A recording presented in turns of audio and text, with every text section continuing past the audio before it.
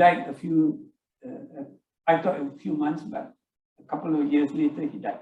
He died young. I think he died at 38 or 39. Yeah. Okay, so that's art. Then these are the other art. Okay, if you look at the bottom left, there's another newspaper cutting of Youth in a Brave New World by a 14-year-old schoolboy. Of course, VI boy again. Form 2. And the person who officiated the event was Ong Yok Lin, who became Omar Ong Yok Lin, whose sister is Chan Sao Lai's, Chan Sao Lai's sister. Can you imagine? They're pushing to, you come back. And that's why I said I have a bond with Sao Lai. Then in the other painting was the top right hand and top left hand were the other two oil paintings that was bought by the National Art Gallery. But surprise, surprise, about 2 months ago, I was informed, no, much earlier I was informed that, hey, HAJEEDAR, you got a painting in the Singapore National Art Gallery. So I said, how do you know? It's your painting, your name there. So this is Tiam Kun, the late Ngui Tiam Kun, who just died last week. And I said, what is it doing there? Is it on loan to Singapore Art Gallery from our National Gallery? He doesn't know. I also don't know. And I went to Singapore and never got to the gallery. And then again, about a couple of months back, this was told to me that it is on the website. Auction. That particular painting, oil painting, is on auction in America. What is it doing in America? That's why I'm puzzled. So now, one question leads to another. Why did it leave the National Art Gallery? Of course, Nasir, who is the art curator at UPM, has his own theory, but we're not going there yet. So at the bottom is one, when I was in the East Coast, I was in Kuantan, there was Teluk Cempedak. I gave a title. Once upon a time, if you go to Kuantan today, you won't see this view. Once upon a time, Teluk Cempedak was real teluk. From one end to another, you see the beach. And Captain Preedy had one chalet, timber house. Okay, sorry. Again, this is something I did the other day, 1996, when the old Wednesday art group artists got together with Peter Harris and others, and they wanted one gallery in where, what's that building that belongs to the Zainuddin today? Ilham. Ilham was an old bungalow, and there was an art gallery there called Gallery One, WAN. A Chinese lady was running it. And we had an exhibition there, so I produced this. Okay, of course, in the center is none other than my wife, Manja, 1980, 10 years after we got married.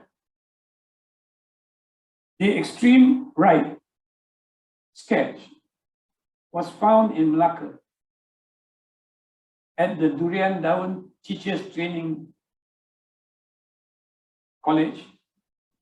They were about to throw it, and somebody saw the name HAJEEDAR at the bottom at the leg of that boy, HAJEEDAR, and he says, "We think this HAJEEDAR is the architect HAJEEDAR. Find out whether he wants to buy this drawing." So they wanted to sell it to me. I said, don't be cheeky. You should just give it back to me. They said, no, I bought it. So I'm going to sell it. So I said, no, you can keep it. Yeah, because it's mine. So apparently, this was borrowed from, in 1961, I was in Form 3 then, by the educational department to teach art teachers the kind of styles available. You know, say for example, you can start off with black pen or ink, then you can apply the texture, bring color in the background without touching the thing. So this I found out much later. So anyway, those are the kind of artwork that I've been doing. Then sketches, again. Some of these sketches were featured in a book called The Thinking Hands, which is also available. I brought it from UPM. In 1980, when I did my first Hajj, Saudi was very strict with photography in cameras. They don't like to see people with cameras. So I said, what am I going to do in between the prayer time? So I might as well bring some sketch pad. So which I did. So I started to sketch everything in and around Mecca, for example, and Medina, and until I was drawing this particular mosque in that Earth Mosque is the first mosque built outside Mecca, outside the Kaaba, right on the hill. And that's why they call it the Masjid Bilal. The Bilal ni nama? Huh? Rabah. He was a slave, freed, and his job was to azan, the call for prayer. It's up there. And I recorded it. And I got arrested. I couldn't speak Arabic. He couldn't speak English or Malay. So he just arrested. So what do? I sat for a while with him, trying to figure out what to do. And finally I said, let go of my hand. Let go of this hand. You can hold this hand. So I took my sketch pen and drew him. When I drew him and showed him, he says, Mohandas, you're an artist. So I said, yes. So he spoke in Arabic and escorted me and said, where else do you want to go to do the rest of your drawing? So that's the story behind the sketches now. That's why when you sketch, and this is why Nasir wants to do another book instead of Thinking Hands, the story behind the sketch. So anyway, that's so today, in fact, I showed it to some Saudi embassy people. They said, where is this? It looks familiar, but where exactly? I say it's gone. They pulled it down to build the palace. Yeah. Then now you get the Zamzam Tower and the tallest clock in the world and all this kind of thing. Yeah. So these are other sketches. These are quick sketches, and this is what I would like to encourage all architects to do this. Even if you're not an architect, you can sketch, just document. Yeah. Okay. More sketches, and some then professional practice, as I mentioned just now, is started and all that. And then over the last 44 years of practice have taught me a lot of patience, benevolence, trust, sincerity, and manage disappointments when dealing with a variety of individuals and corporate clients. Through vigilant practice and tolerance. Such professional problems are surmountable, and I've always been tolerant and live to fight another day. It should be everybody's philosophy. Don't worry about yesterday. Think about today and move on towards tomorrow. So professional practice, again, the journey, as I have indicated, so 1978 started. So there are two maps there. One map of Malaysia, where all the red dots refers to the various projects I've done, from Langkawi, the holiday villa, because I don't get all the high value, glamorous, luxurious project. I get the very ordinary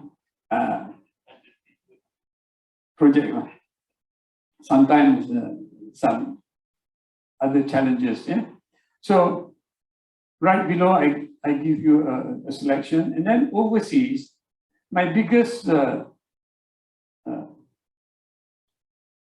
experience is getting to do the mosque in the Maldives, because one of the officials came to Malaysia. They were looking for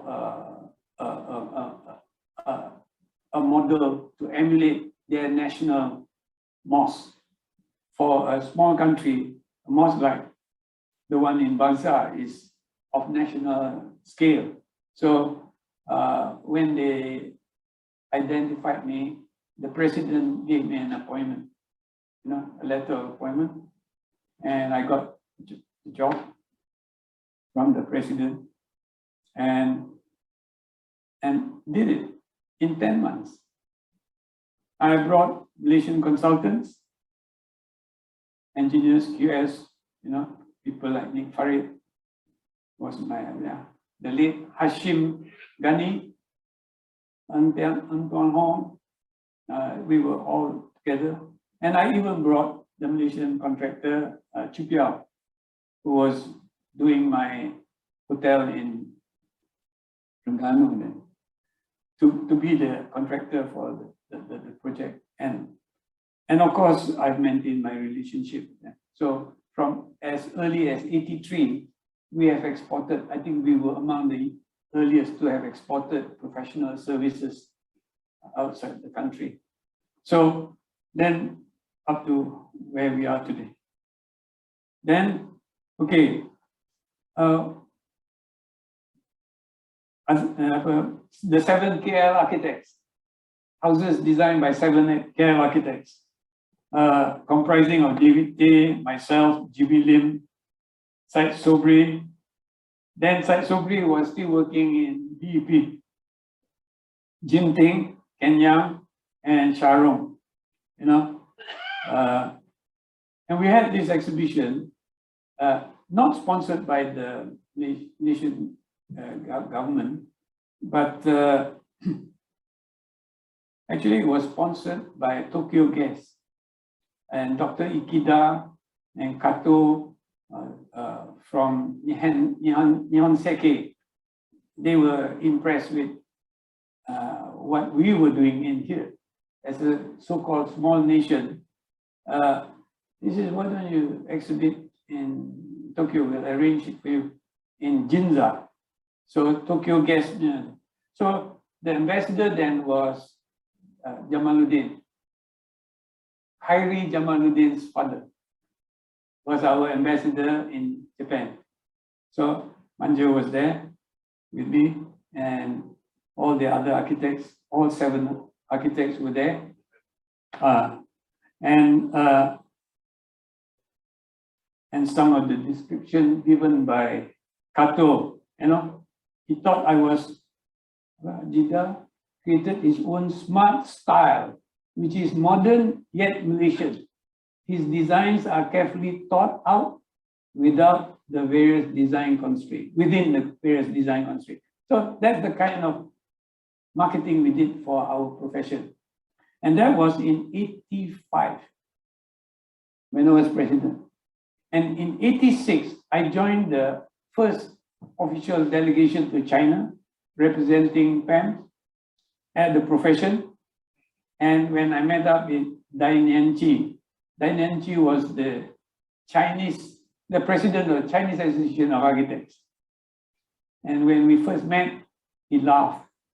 And I asked the translator, why is this old man laughing? He says, you are 40 years old. I am 86 years old. I am the president of Chinese Association of Architects.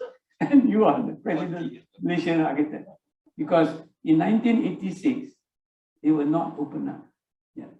So this is why the following year, I organized a trip. I think about 40 Malaysian architects joined on the tour, and some secured jobs and had been practiced. Among them, John Lau. John Lau has a lot of work there. Yeah? Yeah. So, Abang, John Lau was among the yang berani pergi China. Yeah? Okay. Then PAM. Okay, as I mentioned earlier, the timing was right. Suddenly, we had a prime minister who's interested in development and future trend.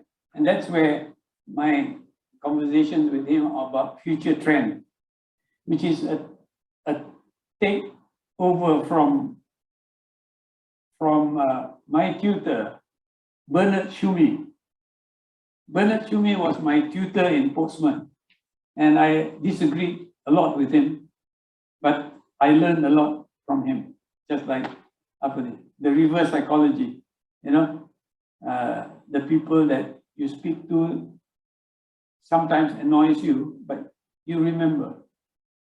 And of course, Bernard is the head of Columbia University in New York, yeah, in America. So there was Bernard, and I used to talk to, since I knew Tun Mahathir then, talk about future trend or computerization, cyber world, cybernetics, and things like that. So all that sort of set us, okay. In this photograph, just now, Dai Nyanchi is that gentleman, this old gentleman. Here, that's Dai Nyanchi. So we brought him back to Malaysia. Come and have a look at Malaysia. We are more developed than China. You know, he was very impressed with Malaysia. So we brought him here. Now I think the whole world is impressed with China. So there was me, and there's Jean Con Patterson Fox. That's Jean Con. Mapua, I think, from the Philippines. Then MK Sen, if I'm not mistaken, that's Hijaz, I think. Ruslan Khalid. Can you imagine, Ruslan Khalid was supposed to be my tutor to enforcement, and I rejected him in favor of Bernard. And then when he came back to Malaysia, I recruited him into PAM, and he was chairman of information, took over from me, producing Majalah Architect. So you see, cycle after cycle. And then in 2016, we invited, I'm told it's 2017, not 2016, because he was banned from going to the University of Malaya by the government. So the event was held at the University of Malaya, and we had to host him here in this building. And that was the day when Prof. Shari died, who was my student. You know, Prof. Shari died. So anyway, so this here is a picture of Tun being given the honorary membership. And then later in 2015, PAM gave him, when Zul was president, the Architect of the Nation award. You know, the nation had an architect, the person who thought about it and delivered. Yeah? So that's PAM. So our precious PAM. Then conservation, like I said, you write papers, you know, people read and comment and say, very good, but nothing. So until about 2-3 years later, this gentleman here, Harun Hashim, was the president of the industrial court. He says, I read your paper, You seem to be, to think you can do something. So put your money where your mouth is. So can you turn this old building, which is historic, into his industrial court, which I did for under $1 million. And it subsequently, when Tun Mahathir visited my office to see the computer, when he saw this building, the photograph of the building, he was impressed. He says, "Where is it?" I say, "It's our old building." And he says, "You mean you can?" So he says, "Sami kata mahal nak refurbish old building, and you did it for under $1 million." So I say, "Yeah, Sami mana ada buat? JKR dia buat project install." So subsequently, we were directed to restore all these buildings. And then the industrial court building was the precursor to our Heritage Act. And there's a chapter in KL master plan, structure plan for conservation. So the word building conservation was introduced for KL. And subsequently we had the act. Yeah? And of course, all the historic buildings, as many as possible, were restored, but tragically, they have also been dilapidated again, because of various distractions and strategies. And the classic case is Kakosa Srinagara. If any one of you have time to be emotional, go there and have a look. It's all overrun and it's full of trees all over. Windows are open, blown out by the wind, water inside, and I'm sure it has rotted itself inside. And this was a challenge, and we had 5 months to turn the Kakosa and the King's House, where our constitution was negotiated and approved, as Kakosa Srinagara. But instead of sustaining it, it's now left in a very bad state. I can give you a long lecture on this. Then I got my first break after how many years of practice? Almost 5 years of practice. I got my first job, appointed, first big job, which is the Bank Pembangunan, and and the fee was about 3 million. So I said, suddenly you get 3 million from Gaji 2645, then suddenly you get a project with 3 million. Here's the chance to prove your ideas. So I invested in a computer for $1 million. It was Prime 250. The software was RUCAPS, Riyadh University project by a British thing. So that software was in the system. And when I installed it, Emperor Hirohito visited Malaysia, and at dinner, Tun asked him, is it true that in Japan, buildings are designed by computers? And of course, he affirmed it.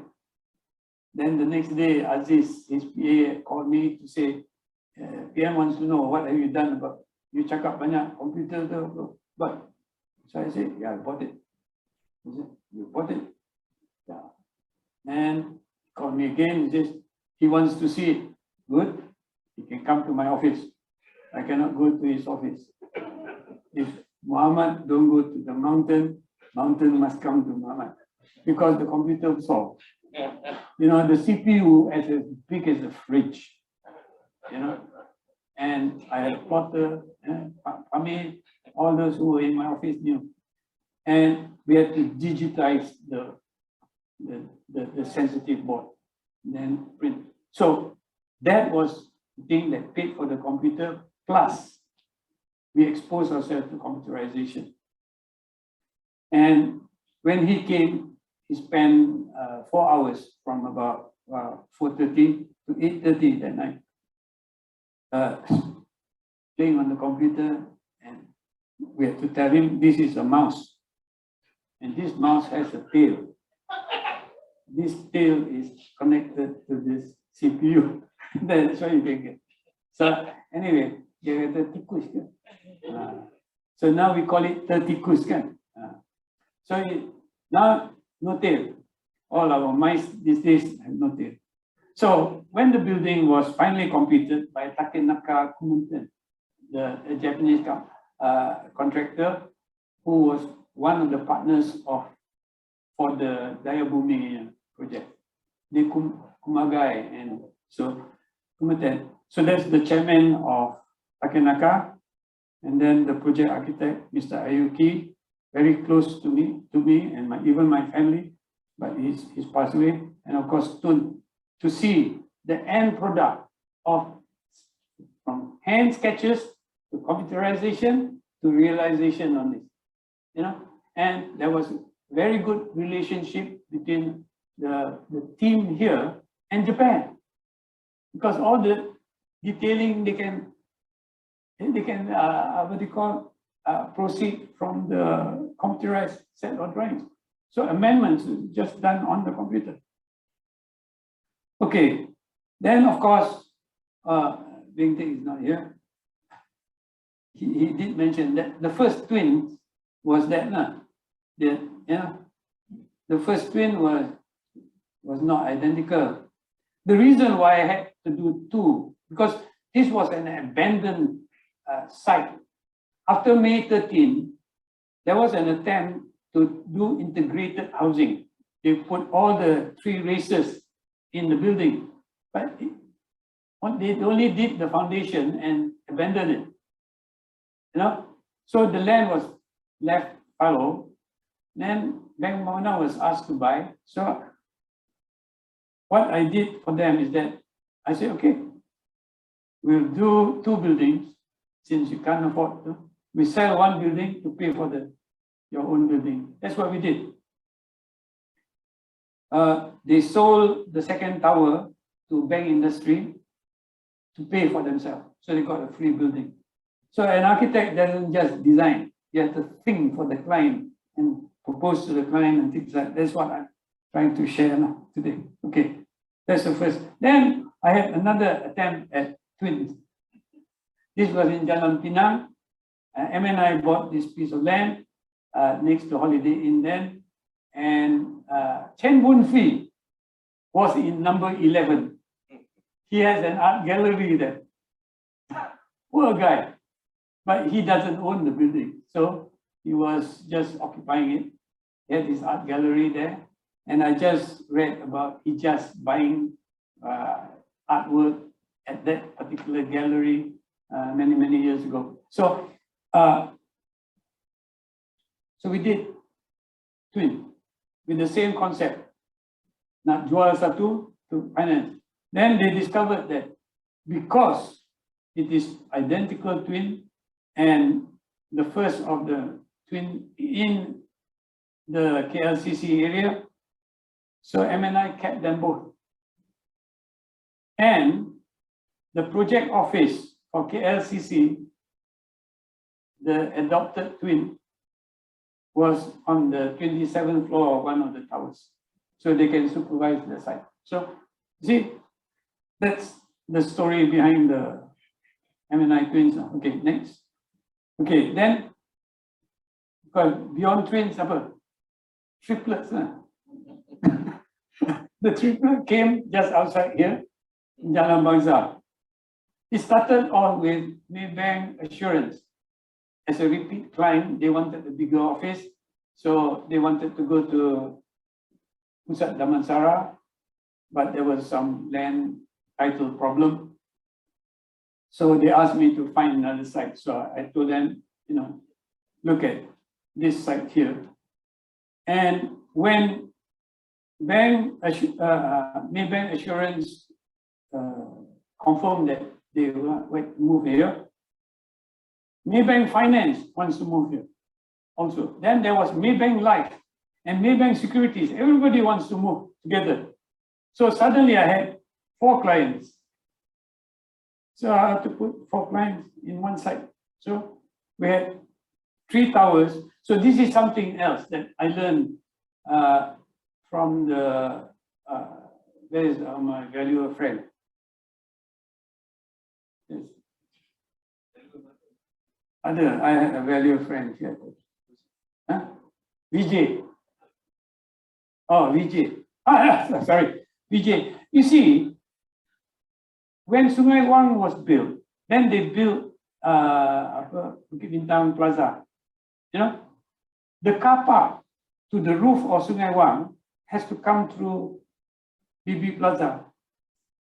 Then when they wanted to sell, there's no way of selling. You cannot subdivide because you have no access to your car park on your own. You are sharing access. So this is where this building, this complex, Taran Maybank, is on one title with 3 subtitles. Each subtitle can be sold individually. So in terms of property, you have your own identity. You can subdivide and put even a wall in the basement, but you have 3 different ownership. So these are some of the other disciplines an architect learned along the way. Yeah. So that's just to share. And of course, this is Wisma Selcom in Jalan Semara. This was 2nd prize. First prize was Rebung by Hijaz.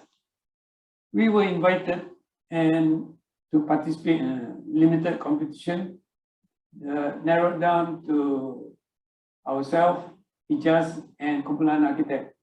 Then narrowed down to Hijaz and me. And we were given a budget of 700 million. And I was asked whether Hijaz's thing can be done in 700. And I said no. But they say, he says he can. I said, then age before beauty, give it to him. Good. So, and finally, I think it came beyond 1 billion. And they didn't get 77 floors, they got 55 floors. The Rebung ke atas, 11 floors, yeah, empty. So it's quite sad.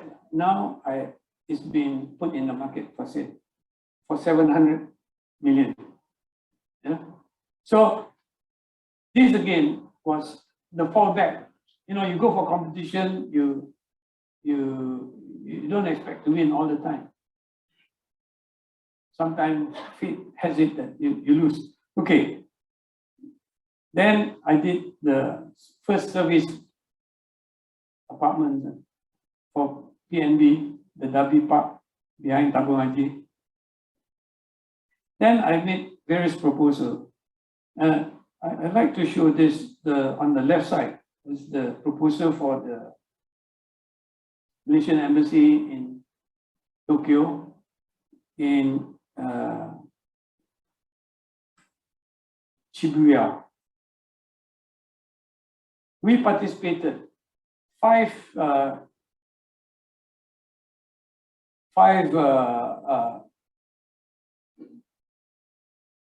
Japanese contractors participated, submitted to the government, and we thought we won it, but we didn't get it.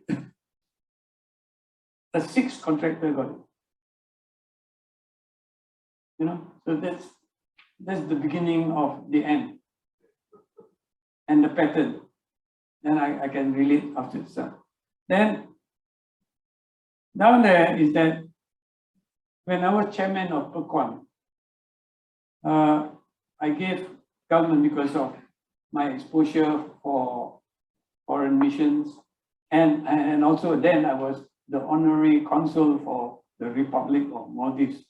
I was like a ambassador at large, small ambassador at large. Anyway, I proposed to the government 0 cost for our Malaysian embassy in Thailand, where we sold a part of the land, and the profit from that, we managed to provide an 80 million new embassy with staff quarters and things like that. So staff do not commute in Bangkok to go to work. Instead, they come down the lift to go to work. Otherwise, it used to be half hour, 1 hour, and 2 hours to come to work. So this is the kind of thinking and strategy. Okay, this is the fun project for Bausted Curve Annex in Damansara, where we replaced the McDonald, the drive-in McDonald, with the new drive-in McDonald, plus multi-story car parks, as well as Kidzania, which is a children's theme park. There you go. And this is Javier with me.